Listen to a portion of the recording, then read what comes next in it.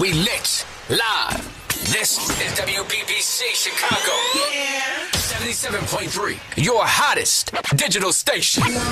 Now in digital HD sound. What's going out there, people in Radio Land? It's the one and only DJ Malone, man. Chicago, 77.3, the best place to be at on any day, really. People, I'm in Houston right now, and happy Thanksgiving to you, and you, man. Hopefully, the kids ain't bothering you too much because I already know that they're out of school right now. But I got a stocking stuffer for you guys, man. I want you guys to really get into with this next cat, and not just people, older people, but young people as well, man, all around the globe. Because I wish I would have known this knowledge whenever I was, coming up in age and everything else like that, man. Right now, people, I got Ron Stallings, man. He is a phenomenal author, New York Times bestseller, man. Ron, how you doing? Good day. How you feeling? I'm feeling great, DJ Malone. So having a good time here in Houston. The weather is simply beautiful for Thanksgiving week. It's in the 80s, so we're looking forward to it. And that's what I like to hear, man. Let me ask you this, man. Before we get into the book, man. How did you, come into being an author and being good with words and everything, man? Let's go and dive into you, man. Sure. Give us a basic 401 about Ron. Well, thank you so much for asking that. Well, let me give you my background. I spent 30 years in the banking industry. So all I know is banking. All I know is credit cards. All I know is how people have used credit cards, misused credit cards, wish they knew some of the information. And I was just led to, over the years, to say, you know what, you should write a book, help people understand credit. Because if you're like me, my parents didn't teach us, and we learned the hard way. You run up credit, you run up interest on the credit, and you're like, okay, now I need the money, and you're all tapped out. So I thought, you know what, why don't I just write a book and teach some young people and older people at that as well on some tips and strategies about using your credit card. And it's not one of those wag my finger in your face, but just, hey, when you use your card, here's some things to think about. And as you think about them, you'll make some good decisions. That's real, man. I like this. Now, let me ask you, and going more deeper into not into childhood, but was the numbers always a thing for you? Like, did math always intrigue you, or how did the art of this come up? No, good question. No, I went to college for business, and again, like anything out of college, you look for your job, a first job, and my first job got into be in banking, so I just took a liking to it. And I started on the sales side selling bank products. And so somebody said, hey, man, you talk pretty good. You could sell, like you could be a good salesman. Why don't you sell our credit cards? I'm like, all right, cool. So 30 years later, I'm still talking to corporations and individuals about credit cards. So, and going back to your question, though, DJ Malone, like I said, growing up, we just didn't talk about credit cards. Credit card wasn't a thing. If you grew up like I did, well, all the money that came in the house went right back out the house. So, and if we had a credit card, guess what? It was truly, and I mean truly an emergency. Right. Somebody had to be dying, dead, or sick before that credit card was used, because money used to keep money in a jar. And so when the emergency came up, guess what? We went to that jar versus the credit card. Opposed to today, well, guess what we do? We go straight to the credit card first. And then wonder why we're in trouble. I always wondered, man, is that it was never taught. Because it's like you said, it's never taught even in the household. And I'm not knocking the parents now because they would never have taught as well. But I do think spending habits in the 80s are different from spending habits of today. Today, I just feel like we're kind of centering ourselves into, we have the Klarmas, we have the afterpays. So our spending habits are, I don't have to pay everything right up front, but then I feel like that hinders us a little bit more, even with pawn shops and everything, which essentially, you get the money right then and there, but I also think it doesn't help you in the long run. You only spend money what you're already spending. You're not coming into any profit. So how do you feel like people's spending habits are as of today? DJ Malone, that's a great question. And the difference, I think, now as opposed to, I'm going to go back even before the 80s, the 70s, is people today are instant gratification winners. They want it right now. Give it to me now. The sale is going on now. It ends tomorrow. I got to get it now. Where again, when my parents were older or when we grew up with my parents, it was, we're going to wait till the weekend. We're going to wait till we got the money. And then we went to Sears, or I'm dating myself when you're talking about Sears, but to a department store. And then again, when parents didn't have it, you know what they did? They put it on layaway. Bro, They put it. They didn't use a credit card, and you didn't get it out until the payment was made, and then you got the item out. And you know what they did? They said, "Okay, this is going to be your Christmas gift, but we're going to start paying on it in June." bro. Today, guess what? People are going to wait a week before Christmas and say, "Okay, I got $500 on this credit card. Let me go get the kids a gift." Well, the reality is, it's going to take you a year and a half to pay that $500 off. That's The right. kids ain't even gonna know where the toys are. They're gonna be broke. And you ain't even gonna know what you spent it on. And so now you're stuck with paying a note every month. When I say a note, a monthly statement Yeah. minimum. And now you're like, why did I buy that? And so we got to get to the habits, DJ Malone. That's the big difference is what are our habits and our mindset around money? And That's if right. we can master that, we can master not only credit cards, but our bank account and overdraft fees and investments and everything else, if we got the right mindset around money. I like this, Ron. I like this, man. So let's talk about the book, man. Let's talk Sure. about it. Swiping smart. Let's talk about that. How did what now? When you hear that, that's like it's like in this day of age, it's like hey yo man, like it's intriguing. It stands out. Why that name and the build up to that? Sure. Swiping smart is, again, just what it says. First of all, think about it. When you go to any place to where there's dinner or the grocery store, you're going to do one or two things. You're either going to swipe your card, insert your card, or what we call tap and pay. You put your iPhone up to the terminal. Yeah. So swiping smart just simply means be smart about when you use that card. So often you think, oh, I'm in trouble. I'm not going to use it. And I'm not here to tell you don't use it. Just use it smarter. Just use it wisely. And let me go a little deeper if you don't mind. When I say swipe me smart, so why would you want to swipe and you don't get anything from your card? When I say anything, like any points or rewards or That's real. anything. That's real. And you're sitting there paying $30 every month or whatever your minimum payment is, and you ain't getting nothing out of it. I'll give you a good true story. It's not a good story, but it's a true story. Okay.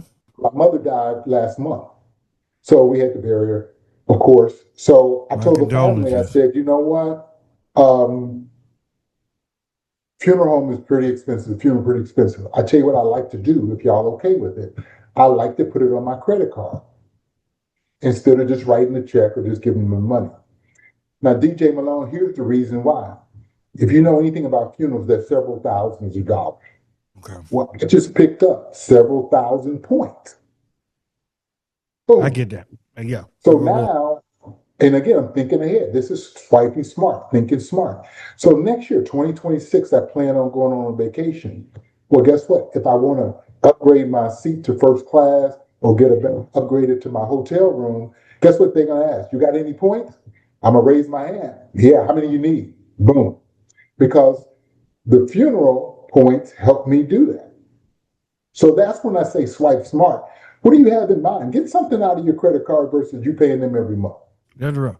And we've seen things like this before, like even with the credit card for the planes. You collect miles and so many points that can go towards the mile or for you to get plane tickets. It's the insert of value that a lot of people don't search about whenever it comes.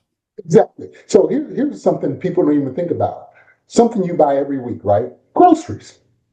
And here's where habits come in. Why not spend, hey, Thanksgiving's coming up, right? Why not put all the Thanksgiving meal on your credit card? Get the point. Now, there's a caveat, and I got to stress, put a strip out there. Just pay $10 a month. Go ahead and pay it off. and you got the point. You were going to spend the money anyway, but don't put it on your credit card and then, oh, now I'm going to go get some more Jordans. No. Yeah. Yeah. Go ahead and pay it off. And then you're getting a good habit and you're getting something out of it as well. I like this, man. I think a lot of people just don't realize or even know or understand like the APR or the APA. They don't understand about percentage. They don't understand about the rewards or what comes with it. With that being said, let me ask you this: what is the biggest credit card myth that you think that young adults believe? I think they think it's like monopoly money. It's like they get a limit and it's almost like I got to get to that limit. It's like, no, who told you that? So the myth is, it's like it's play money. Oh, and it burning a hole in their purse or their pocket. And they go out, and I got young nieces and daughters that look in places where they like, well, we buying bottles. I'm like, and how are they paying for these stuff? With credit card. Well, you know this. It's $200, $300, $400, whatever the tab is. But the myth is, I got a credit card. Let me just use it. And not just use it, let me run it up to the limit. Who told you that? That's real. Because now you're setting yourself up so that when something does come up, like a family emergency or car repair, or you got to jump on a plane at the drop of a hat, you don't have no money. And here's the biggest one, DJ Malone, that you hear all over the country. Somebody dies. Well, now we got to do a GoFundMe. Well, the credit's so bad they can't even put it on a credit card because they don't have a credit card.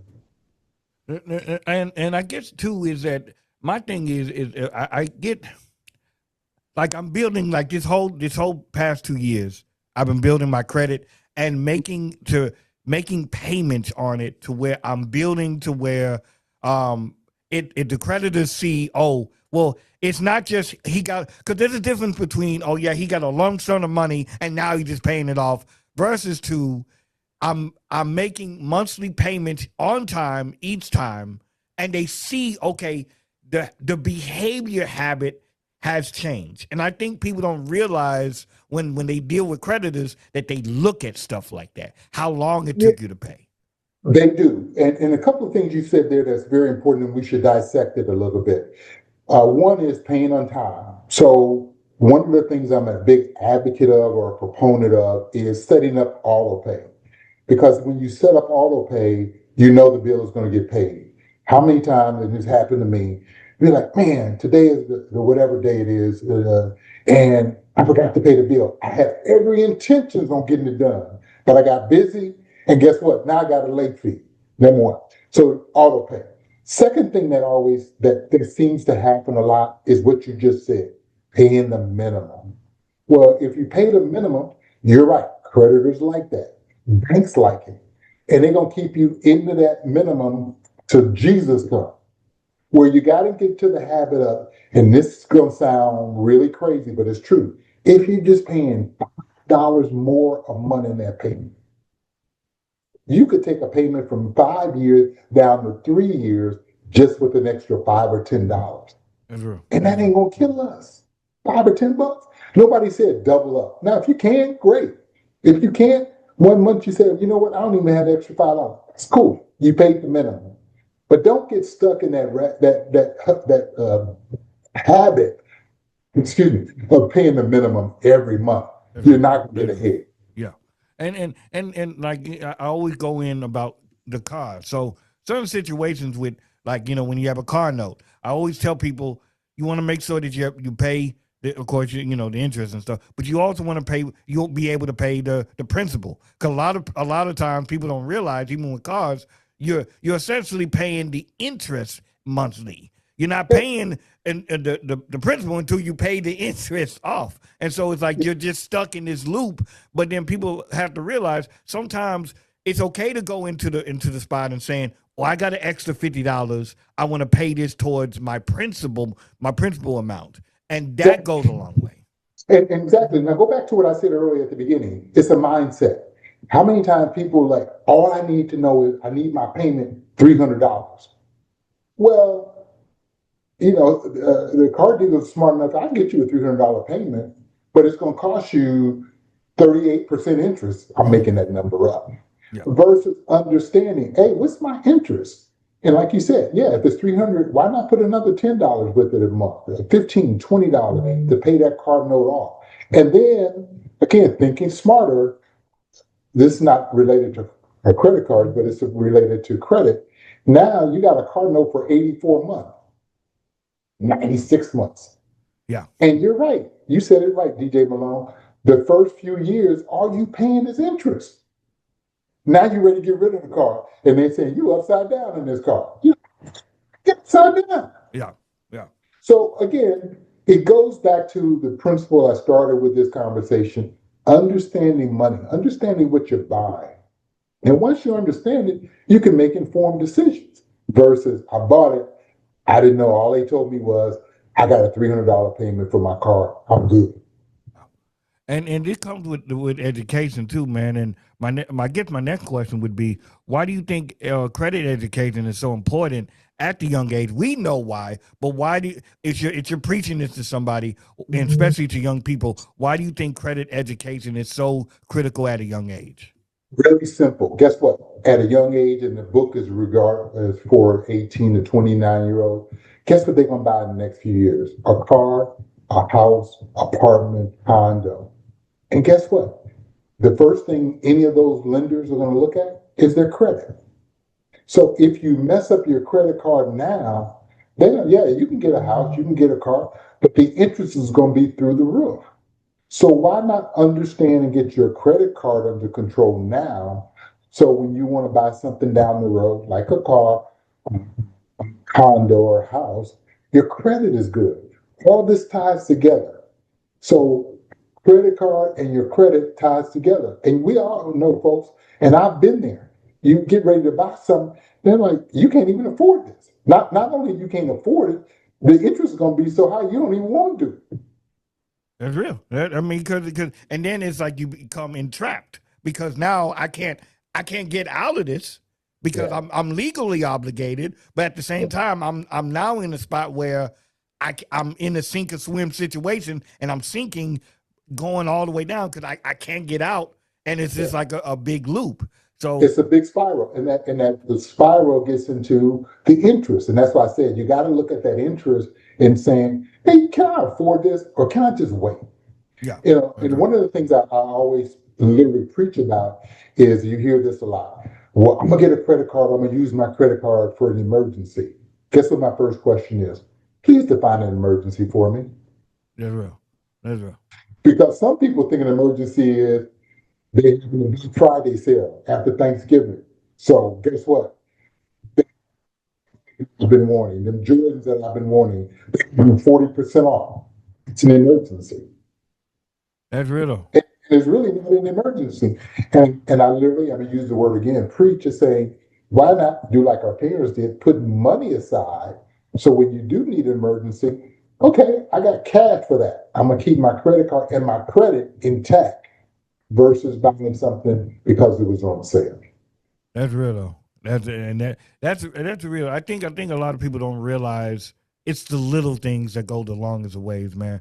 Let me ask you this, and we talked about this on the morning show not too long ago. But let me ask you this: how do you think parents can help young adults avoid credit card troubles in the first start?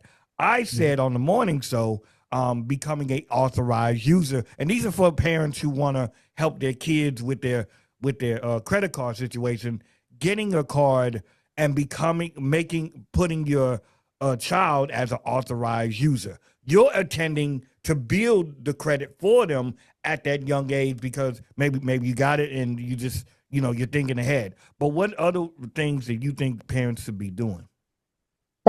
For a second, because first of all, I think parents should be talking about it. Again, if I get you a credit card, DJ Malone, what you're going to do with it? Here's what I'll help pay for, whatever the terms are. But let's talk. That's the main thing. Let's talk about it. But you said something that a lot of people think about. Hey, I'm going to get my son or daughter a credit card and put it under my name. Well, it really doesn't build their credit because you're the responsible party. Now, why not get them, and again, I advocate and suggest this, why not get them a credit card in their name, but give them a small limit? you only got $100. And nowadays, again, when you know credit cards, you could put a limit on there. For example, you can only use this card twice a day, and the most you can spend is $5 per transaction. Okay. Well, Okay. it ain't gonna hurt too much when you got $5 to do it, right? Yeah, true. But if you give them an open credit card limit of 500 or $1,000, and they do whatever, I can guarantee you, in 30 years of experience, within 60 days, that card gonna be at its limit because they're gonna find something to do with that card. So parents can say, you know what? I'm going to help you. Let's talk about it. When you get your statement, what does the statement mean? When is it due? What is that? When do they report to the credit bureau? So again, that individual, that child understands, I'm not just paying $30. How is this impacting my credit? How will this help me in the long run? So having those conversations is one of the best things parents can do. And guess what? They can learn together. As a parent, I don't know all the answers, and I'm in banking. But guess what? Kids are going to say, well, Daddy, let's look it up. Okay, well, let's look it up on AI or Google or whatever. But guess what? We're learning together versus, again, as we grew up, nobody talked about it. And next thing we know is we all in trouble. And nobody can help each other out because we all maxed out with our credit cards. Hey, that's real. That you said a mouthful right there, man. Yeah.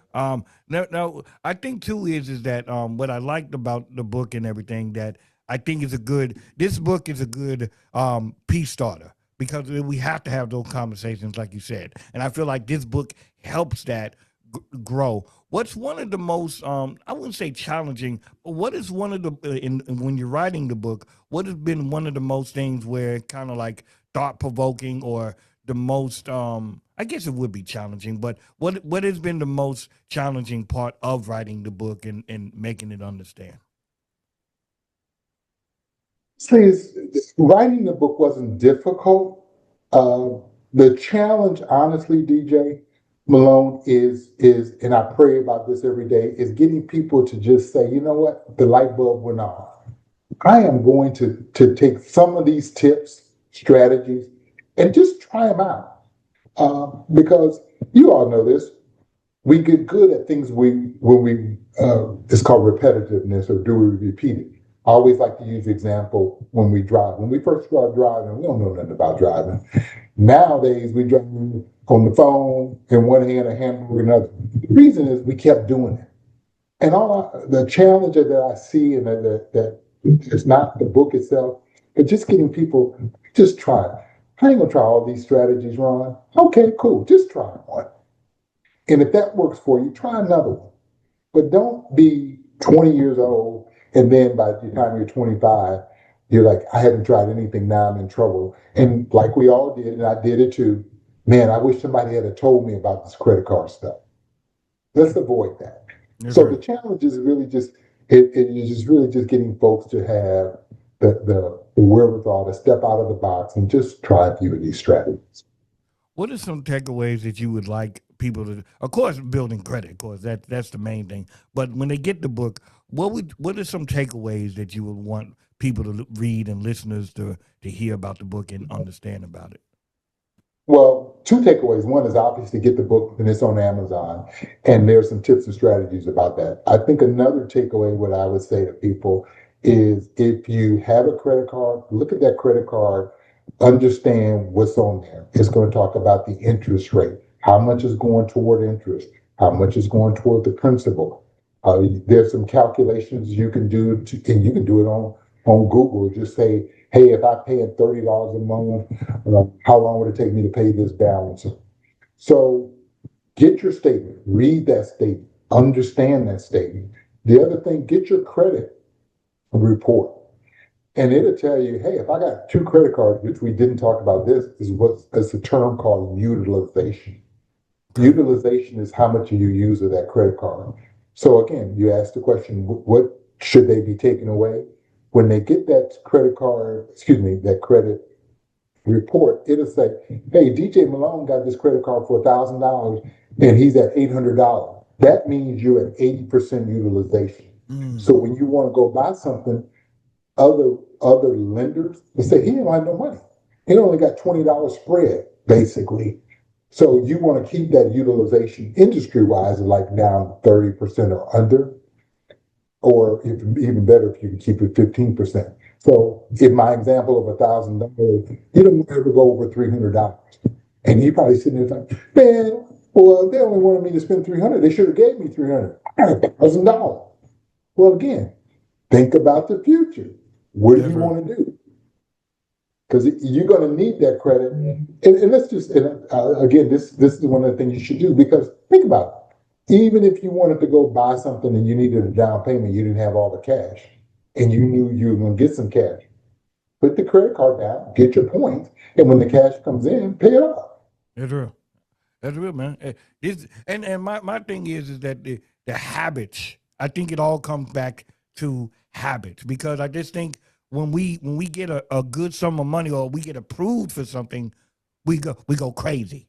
It's like, oh, well, I got to get this, I got to get that. But knowing that, hey, yo, man, this is not just for now. It's later on. It's gonna come back around. Yeah. Here's an exercise I do when I'm speaking around the country. I say this, and it's real simple. If I gave you $100 right now, what would you do with it? And it varies. Some people, I'm gonna go buy this, I'm gonna do that, I'm hungry, I'm gonna go get me a nice meal. All that, there's no wrong answer, by the way. All that simply says that's your mindset already about money. If I got it and you're gonna spend it all, that tells me whether it's 100 or 1,000 or 10,000, you're gonna spend it all. Versus somebody says, you know what, I'm gonna take this 100, I'm gonna put a little bit aside, I'm not gonna go get a steak, I'm gonna go get me a burger, but I'm gonna have me some money because I gotta make it through the week before I get my other paycheck. So that little exercise right there tells you where a person's mindset is about money. And that's a starting point to have those conversations. That's real. I always went on this, man. If you had $100, you spend, let's say you only spent $10 of that 100. I feel like that $100 is essentially going to be gone, because once you break that 100, it's over with. It's a landslide. Because think about it. When you think about it, $100 is not a lot of money in this day of age. So whenever you think about even $1,000 now, I call $1,000 one adult dollar. You know what I'm saying? So I always went on that, and that always kind of helped me kind of understand about budgeting, because if that once that 100 is gone, or at least that 10 is gone, everything it will come after that. So let's say, for instance, I go out and I'll just say, okay, I got $10 in gas, and I went and got me a burger. Now I'm at $75.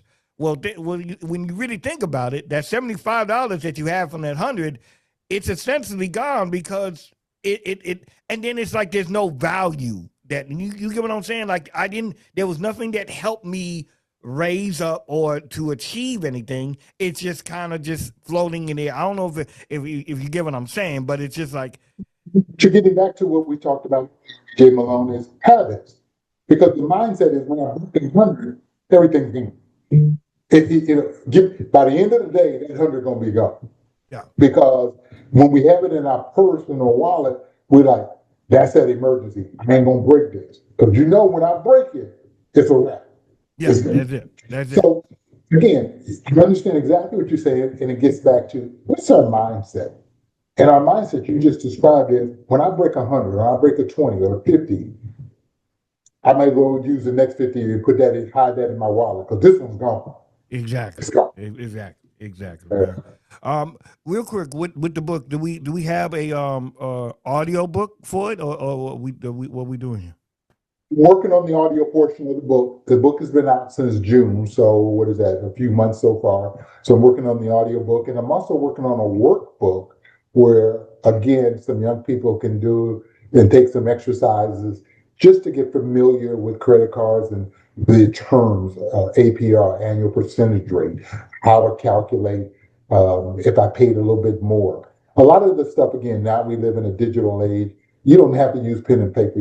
There's calculators on Google that says, hey, if I paid an extra $20, when would I pay this off? Yes. So the tools are out there is my point. Again, let's talk about this stuff. And Swiping Smart is that tool just to get you started. and we'll provide you some tips and strategies so you can swipe smarter and then get something out of it at the same time with points in the year. Ron, this has been a pleasure, man. I really enjoyed this. Where can the people find the book at? Of course, on Amazon, but where is there a direct link, or where can the people find it? Yeah, just type in Swiping Smart, a credit card guide for young adults. Again, the title is Swiping Smart, a credit card guide for young adults. It'll pop right up on Amazon, and they can purchase many copies as they want. Definitely, man. Is there any book signings coming up? I know you have one recently, but is there anything else coming yesterday here in Houston? So I do speak around the country. My email address is rstallings617@gmail.com. Again, it's rstallings617@gmail.com. I'm available for speaking engagements, and I've done that to talk about it because the key is education. And again, we don't do enough, in my opinion, to talk about money.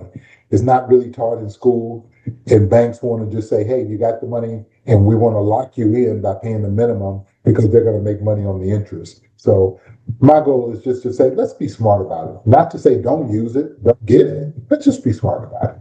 That's right, people. That's all it is. That's all it is, man. Stocking stuffer, man. Swiping Smart makes you guys get in tune with this. I want to, before you go, I want to say I appreciate you even bringing this to the light and everything, and having these conversations, because I don't think a lot of times we especially in I'm not going on race or anything, but especially in Black households, this is not talked about enough. This is, and we're just I feel like we're a product of bad habits. Because and I think it's even the habits have been gotten worse over the time because of the accessibility. But I just think it's not talked about, and so this is a good talking piece right here, Ron. Not gonna lie. And if we can do, and my goal is, if a person can just change one habit or just form some good habits, it's going to help them down the road in the rest of their life. And then guess what? Then we can teach one learns, and then teaches the other. So we're not only learning, but we can then teach it to our brothers and sisters and generations behind us. Swiping Smart, man, make sure you guys get into tune and Amazon and everything where you can get the books at. Ron, where can the people find you at one more time? Find me at the book's on Amazon, but you can reach out to me as rstallings617@gmail.com. rstallings, STALLINGS617@gmail.com. I will get back with you. I committed to within 48 hours of an email. And any questions you have or any engagements you want to talk about, let's do it. Anything coming up for the holidays or for the start of 26? Yes, another book signing actually on Christmas Eve for stocking stuffers. So that's going to take place again, and some other activities for 2026 we're trying to iron out. Okay, where's the one on around Christmas? It's going to be here in Houston. We're working on a location, but we've got a couple of places in mind. So as people are looking for those last minute gifts ideas, I'm like, well, a book is a good stocking stuffer, and hopefully they will take advantage of it and start a conversation even over the Christmas dinner. All right, definitely, man. I'll definitely come out and support the one in Houston. Well, I'm in Houston right now, so we can definitely get everything going, man. So make sure you guys check out everything, man. Swiping Smart, I promise you, it's one for the ages. It won't disappoint you, man. And that's a DJ Malone stamp right there. You dig what I'm saying? Right, man. It's been a pleasure talking to you, my guy. Indeed. Definitely, man. Oh, before you go, I always ask people to give me a shout out. You're going to say your name, and I'm rocking with DJ Malone. My name is Ron Stallings from Houston, Texas, and I am rocking with the one, the only DJ Malone. Chicago 77.3, man. We out. Wow. We lit live. This is WPPC Chicago. Yeah. 77.3, your hottest digital station. Now in digital HD sound.